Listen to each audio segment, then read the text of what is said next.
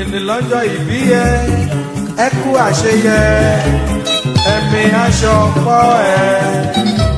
Èní lọ́jọ́ ìbí ẹ, ẹ kú àṣeyẹ, ẹ̀mí aṣọ pọ̀ ẹ.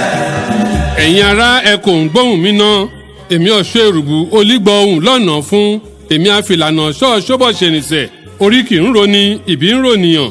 Dédé ẹ̀yin ìyálé eléyìí, nǹkan abiyín lébi ọ̀rọ̀ kan lí titun.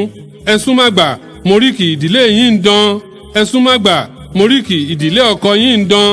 Àbí ìṣe ẹ̀ ń ka oríkì sí tèṣù. Oríkì rẹ̀ ń tọ́ka ibi ènìyàn tíṣẹ̀ wá. Àmúyangàn re oríkì fún ìran Yorùbá. Àmì ìdánimọ̀ ró jẹ́ ogún àtọlẹ̀dọ́lẹ̀ ohun re oríkì. Ọ̀jọ̀gbọ́n Wándé Abímbọ́lá ti wí, ọ̀mọ̀wé Fájẹ́nyọ̀pá fi sorin kọ.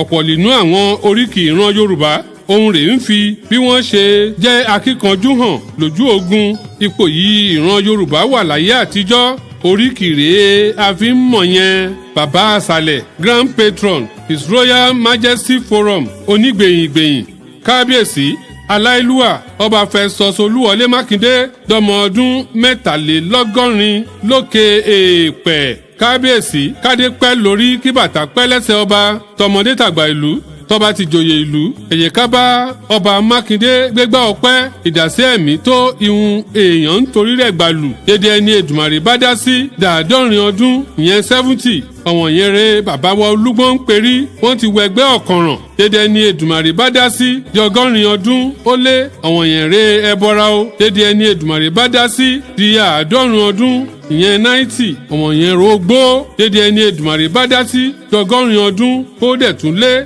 Ọ̀wọ̀n yẹn re ẹni ìtàn. Kábíyèsí onígbèyìngbèyìn ẹ kú ewu ọdún ọjọ́ ìbí òòyì ẹlẹ́pẹ̀ àríṣùálè ògbóyí ọmọ amúṣu lábà fíṣàná ọmọ ẹni lóko ọmọ ẹlẹ́wù wọ̀yíwọ̀yí ó wọ dúdú ó wọ funfun ó wọ pupa ó wọ àwòrán jòjò bàbá aṣọ onígbèyìn ooo ọmọ èsè kò fẹ́kú tọrẹ ọmọ òṣòfà mífìn ọmọ àfisójọba lójú oorun ọmọ ògbóyí ọmọ ológbò ẹkùn ọmọ agbélégbòye láìrógun ọmọ apẹ̀dọ̀ kéke kóyí tó mẹ́mu ọmọ ajáwé lọ́ba lórí ewùsùmáwo ọ̀ṣọ́ ọ̀gbẹ̀yìn mẹ́kùn akìíjọ́mọ ẹlẹ́kùn kẹ́kùn panijẹ́ ọmọ òjòrújọba ọmọ alùkìrìjì pọ̀tẹ̀ ajá ni wọ́n fi ń bọ̀gún nímọ́ olùwọ̀ ni wọ́n fi ń bọ̀gún nígbẹ̀yìn ajá ní ǹbàjẹ́ kí ǹbárí ìfẹ́ràn olùwọ̀ ṣe o ọmọ òjòrú kóyítè níjọba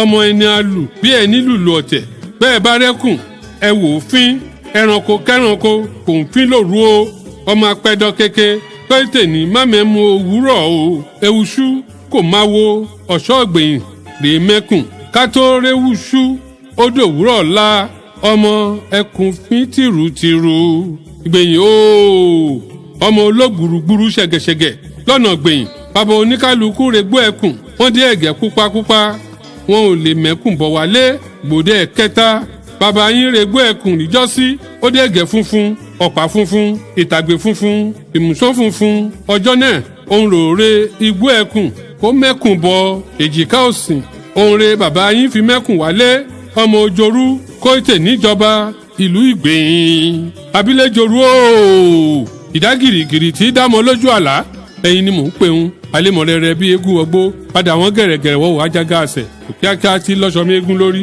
òkíákíá tí fòrò díjà ọlọ̀tẹ̀ ìgbẹ̀yìn ẹ̀yin lọ máa tẹ́rìwò sílẹ̀ fẹ́pọ̀ ẹ̀yin lọmọ gòdòmù gòdòmù gòdòmù gòdòmù gòdòmù gòdòmù gòdòmù gòdòmù gòdòmù gòdòmù gòdòmù gòdòmù gòdòmù tí wọ́n ń lù bí ẹni ìlú àgẹ̀rẹ̀ ọmọ onígbọ́birikiti gbá àgbàfín ọmọ agbégira gẹ́gẹ́ bí àwòdì ọmọ òjòrújọba ọmọ alù kírìjì pọ̀tẹ̀ ọmọ awíkẹ́jìdé ọmọ afọ̀kírè okòṣẹ́ awíkẹ́jìdé ọmọ orò ìgbàlìgbẹ̀yìn àbàtàbútú àlejò tí mò ń lé dárúdárú àgbà ńlá òjò tí mò ń lé dárúdárú àgbà ńlá òjò tí léegun wọlé kẹ̀ríkẹ̀rí lójú ogun ẹkùn abìjà wàràwàràwàràwàrà lọmọ orò nílé ìgbẹ̀yìn ọmọ onígbóbirikiti gbá àgbàfín ìgbẹ̀yìn lọmọ agbégira gẹ́gẹ́ bí àwòdì òjòrújọba ọmọ alù kírìjì pọ̀tẹ̀ ọmọ awíkẹ́jìdé ọmọ afọ̀kírè okòṣẹ́ awíkẹ́jìdé ọmọ orò ìgbàlìgbẹ̀yìn ìgbẹ̀yìn ẹ fara yín máa rọ̀ o ìgbẹ̀yìn ẹ fara yín máa rọ̀ o abiléjòrú kò ń bára wọn jà o gbẹ̀yìn ẹ fara yín mọ́ra o ìgbẹ̀yìn ẹ gbọ́ba yín mọ́ra o ìgbẹ̀yìn ẹ gbọ́ba yín mọ́ra o abiléjọ orúkọ ń bára wọn jà o gbẹ̀yìn ẹ gbọ́ba yín mọ́ra o. àṣẹ iṣẹ́ mú rẹ̀ àṣẹ iṣẹ́ mú rẹ̀ onígbẹ̀yìn olórí àṣìṣẹ́ ẹ̀bí His Royal Majesty Forum ń kí yín kú ọdún o. ariwo àṣẹ iṣẹ́ mú rẹ̀ àṣẹ iṣẹ́ mú rẹ̀ onígbẹ̀yìn olórí àṣìṣẹ́ ẹ̀bí His Royal Majesty Forum ń kí yín kú ọdún o. mo ti sọ yìí ná Èdùmàrè dá mi sí kí n rí ìmúrẹ̀ sọ bí gànrànkò là bí kẹ́ńtà ìgànrànkò ló lọ́wọ́ ọlá ẹ̀kú mẹ́wàá ó tún jẹ mí kan ẹ̀rọ ọmọ abílẹ̀ ṣòro ọmọ apẹ́ríléyè ni bùnmi ọkọ bùnmi ayéláàgbé olígbọ̀ ohun lọ́nà fún èmi lọ́mọ Sàrùmí ọlọ́wẹ̀ á ṣẹ̀rùbọ̀tẹ̀. Happy birthday.